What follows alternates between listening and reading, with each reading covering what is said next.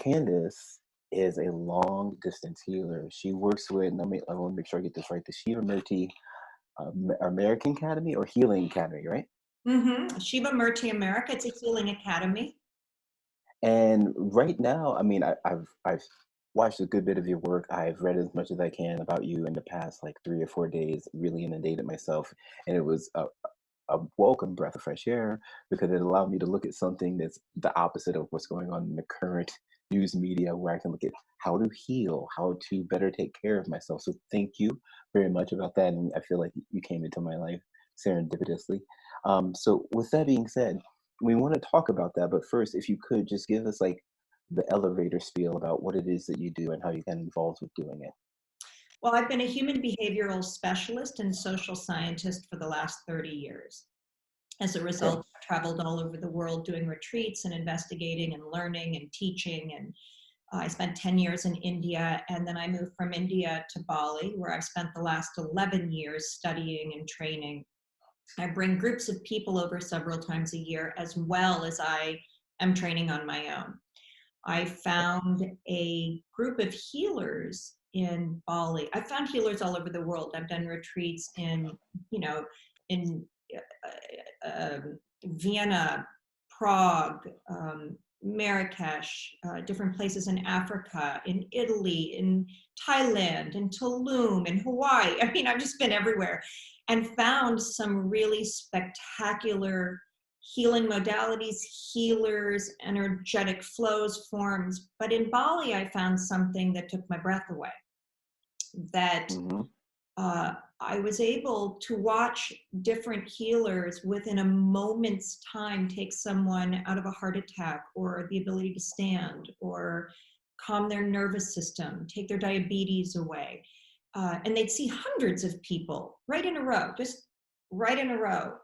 And I was fascinated by it. So I began to study with them. And lo and behold, after about 3 years of studying with them, I asked if there was any chance they could teach me what they were doing.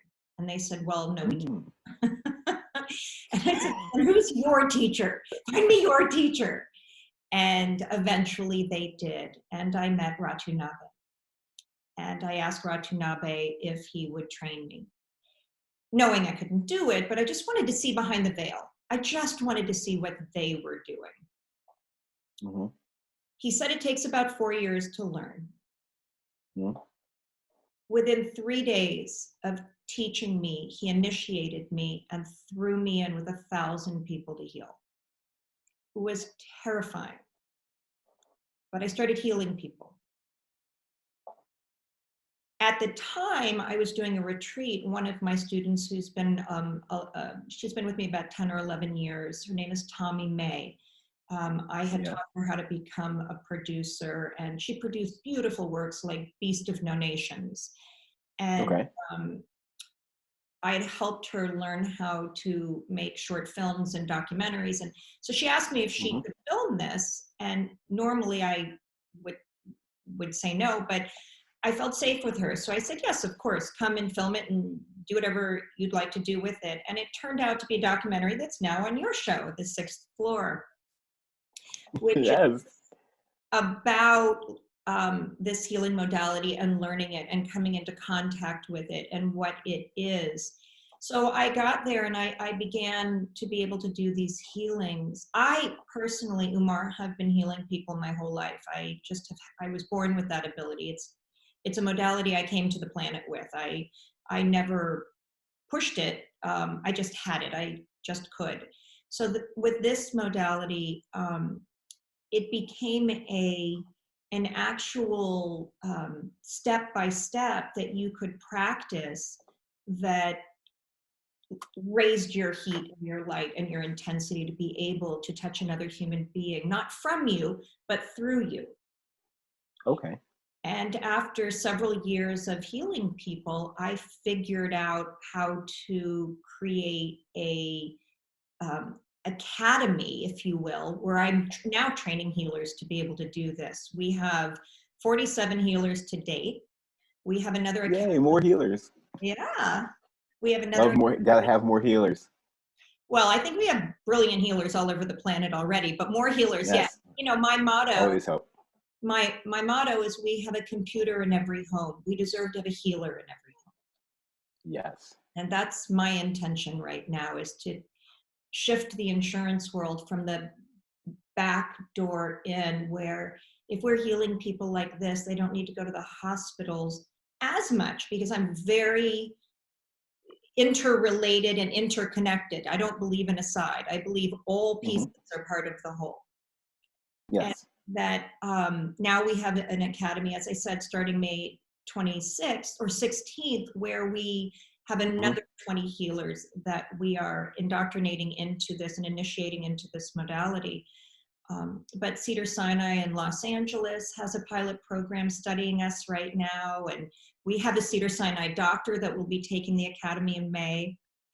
We have Oh other my. doctors who are already using this modality in their work. And I'm very proud of it. So long story short, when the pandemic happened, for the last Hmm. 11 years, I've been healing people in person and remotely. We can heal your pictures. However, with Hmm. the pandemic, I had to figure out how to help doctors and nurses and frontline workers and do it on hyperspeed. We didn't have 6 months to come up with how to do it. So I designed Okay. a forum in a week uh, of Zoom healings. And we're now putting somewhere between Oh 300 my. to 400 people on at a time and healing them. Wow. Yeah, it's pretty neat. If you go to my Facebook site, you see little 1-minute clips of people that couldn't walk that can walk now in a 2-minute healing, or people who had COVID who couldn't smell who can smell. People who, Whoa. I have a coworker right now who has claimed she has not been able to smell for 40 days. you should bring her on. I can help. Oh my goodness. Yeah. And for those of us who would love to see that, what is the name of your Facebook channel or your Facebook page or group? Candace Silvers Heitley. Okay, perfect. There we Now, go. Yeah, we we'll be also have just opened another Facebook page that is called Shiva yeah.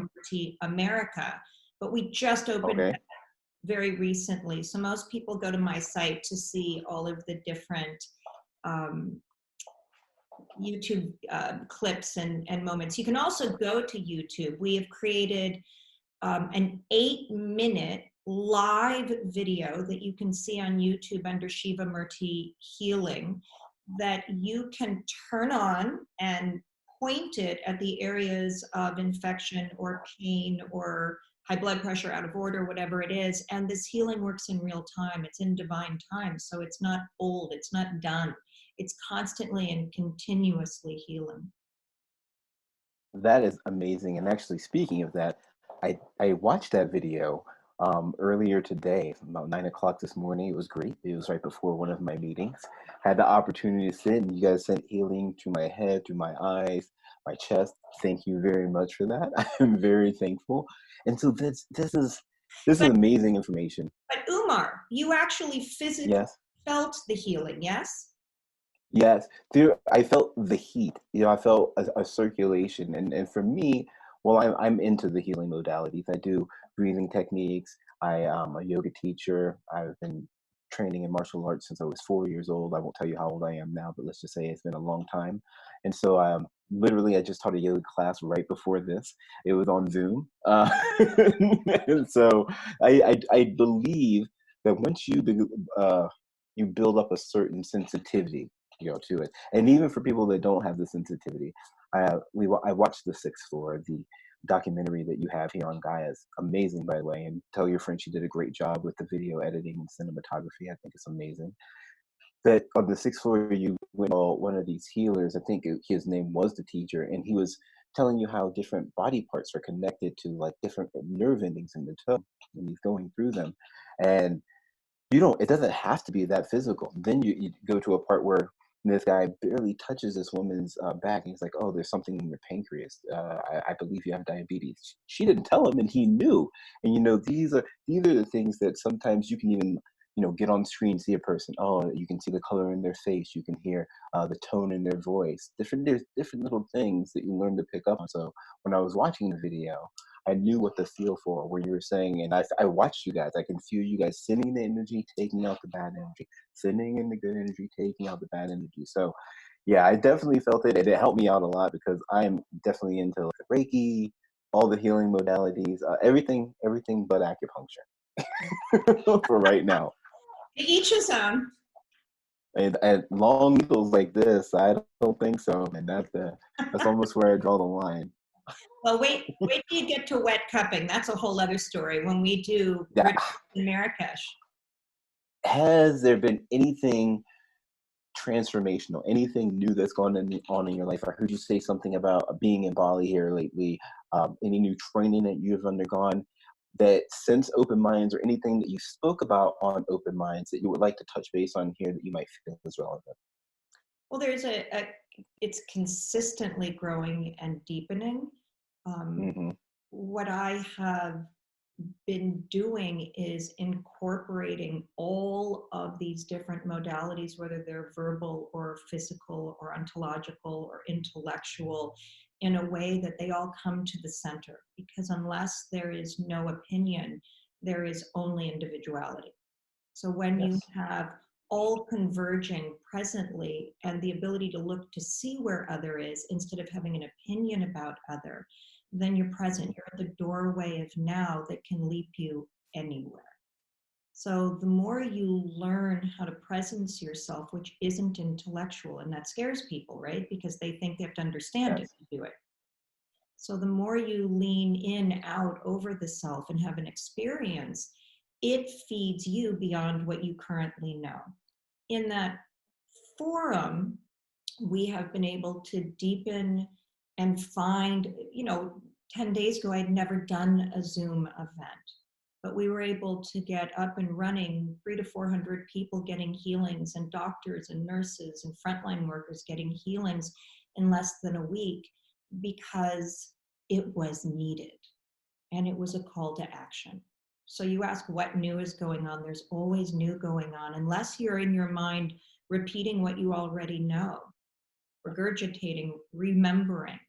If you're present, if you're cognizing instead of recognizing, if you're present, then you have access to anything. When it's individuality, when the ego's involved, when you have to understand it, repeat it, do it well, be seen, identify, then you're just struggling. So it's, you really want to be in the flow of whatever the call is. So yes, a lot of new things have been going on. We did not know that on Zoom we could give someone their smell back. It's opened up a whole new paradigm for you, it sounds like. That's correct. Yes. Yeah, it's Well, consistently. you there's definitely a lot to unpack there, and I appreciate you saying all of that. I feel that being in the present moment is something that escapes a lot of people, especially these days. However, with this current circumstance, people are now able to, or by hook or by crook, forced into circumstances where you have to focus on the current moment.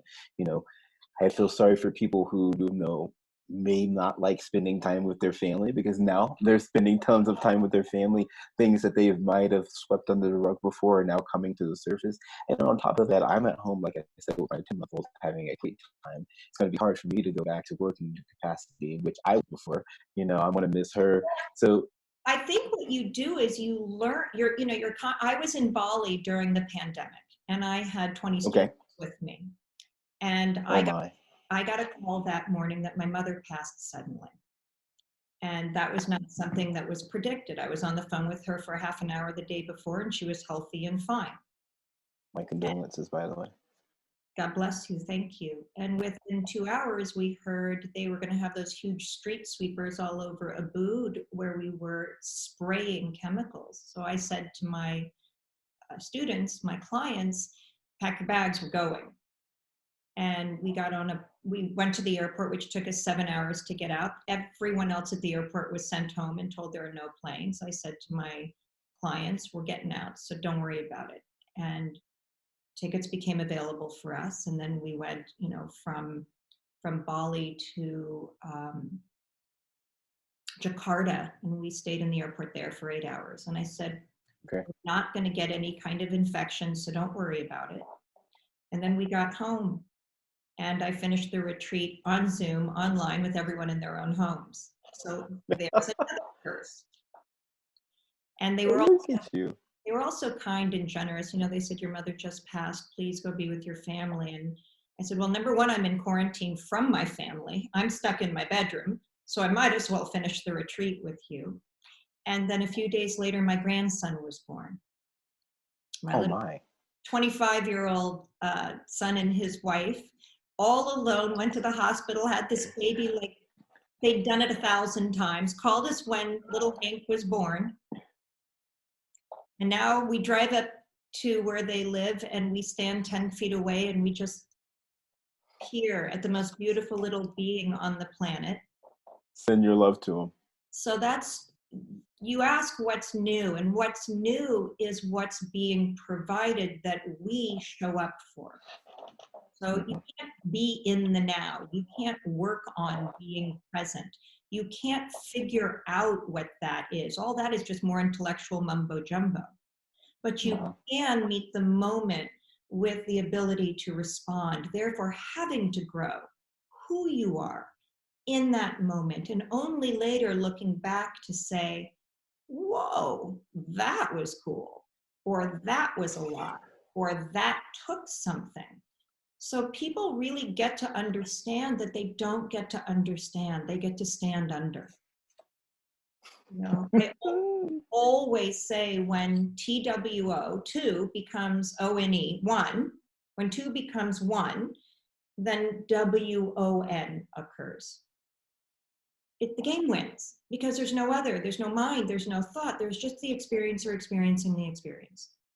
And then it's up to you to say whether you liked it or not.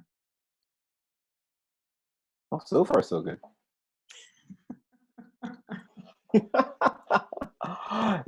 That is right now, I think, especially words of wisdom right now are like that.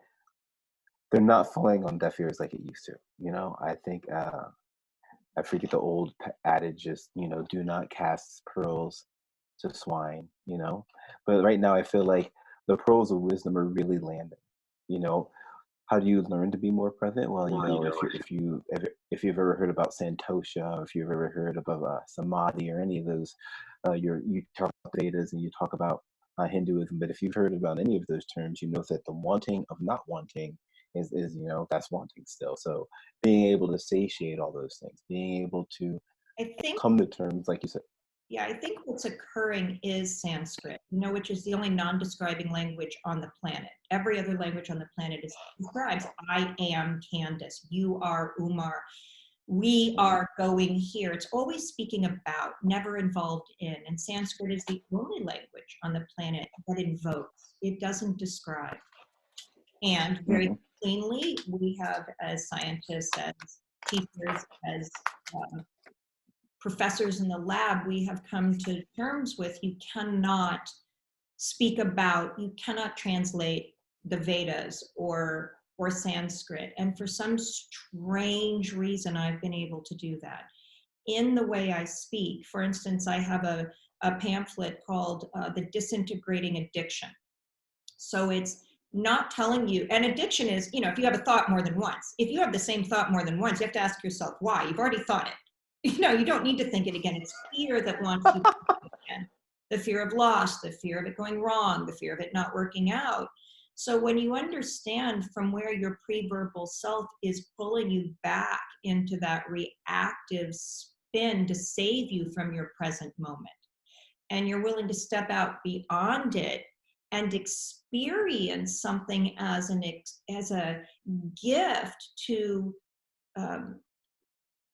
time travel back to the point of out of order, where your 2-year-old or 7-year-old protected itself because it didn't have the adult awareness to involve itself. And this present moment and that historical moment, which can only be opened in your 5 senses when you remember an experience. That's a time traveler, as long as you're connected there and here. Not just you got swept back into now you're 5 years old and screaming and yelling. When both of those doorways are open and you are present in both, the action you take presently now in this moment sends the message back, I got this. I'm your adult hero self that came back to share with you. I finally figured it out. And your historical self goes like, you know, this is your history and this is your present. And when you can speak to your history, you're identifying to your history. Well, if my future's got me and it figured it out, I can go back to sleep. I now no longer have to get in your way to keep you from harm's way. Your adult self gets to begin to experience brand new because its history isn't telling it what to do. In that, That. out of that comes healing, whether it's with your hands or your mouth or your heart or your smile or your intention. Out of that comes healing. It's beyond and below and before our culture. Think of cultural. Cult, you are all. Cultural. It's an agreement to agree upon the same agreements. A lot of our agreements are great. Some aren't so good. Mm-hmm. Some are, if you don't act like everyone else, you'll be outed. So you learn to lie or blame or drink or quit ad infinitum. And so here is an opportunity for those. And I, you know, over the last 30 years, I've had 30, 40,000 students, but this is a time, you're right, with this pandemic. I think God got mad at all of us and sent us to our room. I think God, nature, whatever you want to call it, I'm out. it's like, time out. You people have got it all wrong. You know, I can't get you to all meditate at the same time, but I can get you to go all to your rooms at the same time. Oh. 2 weeks, go to your room for 2 weeks. And we screwed that up. So he kept us here longer. And And think, it's funny that you say that. Umar, until we see this pandemic as a good thing, we're going to be kept here. When we see all the divinity that's coming out of it, the family, the off our phones, the calm, Yep. the meditating, the believing in something greater than we know because we need it now. The walking through Yes. families with your masks on, but waving if they can't see your smile across the street. The offering to help the neighbor who needs help. Creating Zoom events for people that we can take cameras of us healing into hospitals to help people get off ventilators. We have gotten so many people off ventilators, Umar. This is why we Thank you. to our rooms. I want to harken back to a couple things that you mentioned there. One thing we had spoken a little bit off camera about was you had some pictures in the background of bridges, and you were talking about making that bridge, you know, making that bridge from your adult self to your child self. So many circumstances as a child you may have had where you didn't know exactly how to react, or you felt that you're maybe not strong enough or smart enough to deal with that situation. And for you to go back and heal that, because you're always, that memory is always with you, you know, like you said, to speak to your memories now and now to have that cohesion. Well, you have to I understand. think, So, you know, if I'm 55 years old, my 5-year-old is 50 years old. My 55-year-old is only a year old. My 5-year-old's been on the planet for 50 years. My 55-year-old's only been on the planet for a year. So my 5-year-old is much stronger than my 55-year-old. And you have to be able to presence yourself with an awareness of the willingness to risk taking an action against what scares you presently, that allows that doorway to open up of that 5-year-old that is not listening to the 55-year-old at all, because the 5-year-old knows it knows more. And the only way for the 55-year-old to transcend its out of order is to be willing to risk taking an action against what scares them, going beyond its own maximum. Therefore, sending your 5-year-old the message, I got this, you can go to sleep now. that's a very interesting concept. Let's just talk about me for a moment here. I'm sorry, I don't want to take over too Why much, but not? this is just I just want to preface a couple of things. When I was 7 years old, there was an accident. I was walking home and I got hit by a car. I was at the time, it was probably the worst thing that happened to me in my life, but it ended up being hospitalized in a coma for about a week and a half. And then when I woke, I actually I couldn't really walk, at least not to the capacity I could before, for another 6 months. I still worked through some muscle trauma, some scar tissue, and things like that. But with that being said, I have found myself, there was some trauma counseling that I went through, and some PT where people are like, you're gonna have to make a bridge, you're gonna have to make some sort of amends with the child version of yourself that still is like, why did this happen to me? I was 7 years old. How can anything like that happen to a 7 year old? So those things that when you talk about that, I think just starting there, having that inner healing, and then you're talking about bringing these other layers onto it. I can do healing through Skype. I can do healing through Zoom. I can do healing through Facebook. I can do healing through YouTube. But the healing, that internal healing of saying, hey, I got this. I know that at this time I didn't have the mechanisms, the tools, the circumstances or experiences to Right. deal with this, and I have them now. And I want to let you know that it's all great. It all ends up being amazing. You can sleep, like you said, you can sleep easy now. And so thank you for saying that, especially coming from a person. You said you spent 10 years in India, 11 years in Bali, or was it reversed? No, the first 10 years was in India. But Yeah, so world, it's just those were my two mainstays. I did charity in India where I took care of 200 children.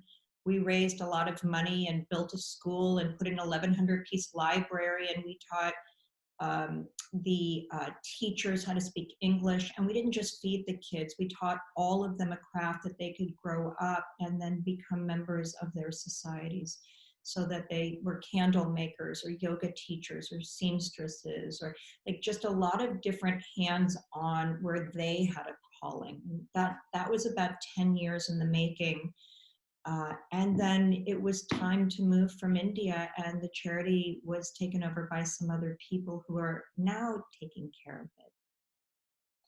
I had a lot of, I took a lot, I'm an acting coach, right? I've helped create a lot of very, very major careers for writers, directors, actors as well, because my father was a very famous actor. And so I took people like Chris Evans over to India with me. And so a lot of like the Pussycat Dolls and they, at the time, of course, this is 20 years ago, they all helped donate and help me build this charity to help these children. We ended up doing a heart transplant for a young girl, and we just had we paid a lot of the parents to let the kids stay in school, because after 12 years old, they take their kids out of school to help them make money. at 12, At 12 years old, yeah, they have to start working. Mhm. I am at 12 years old, you'd have been hard pressed to get me to do much more than mow the grass.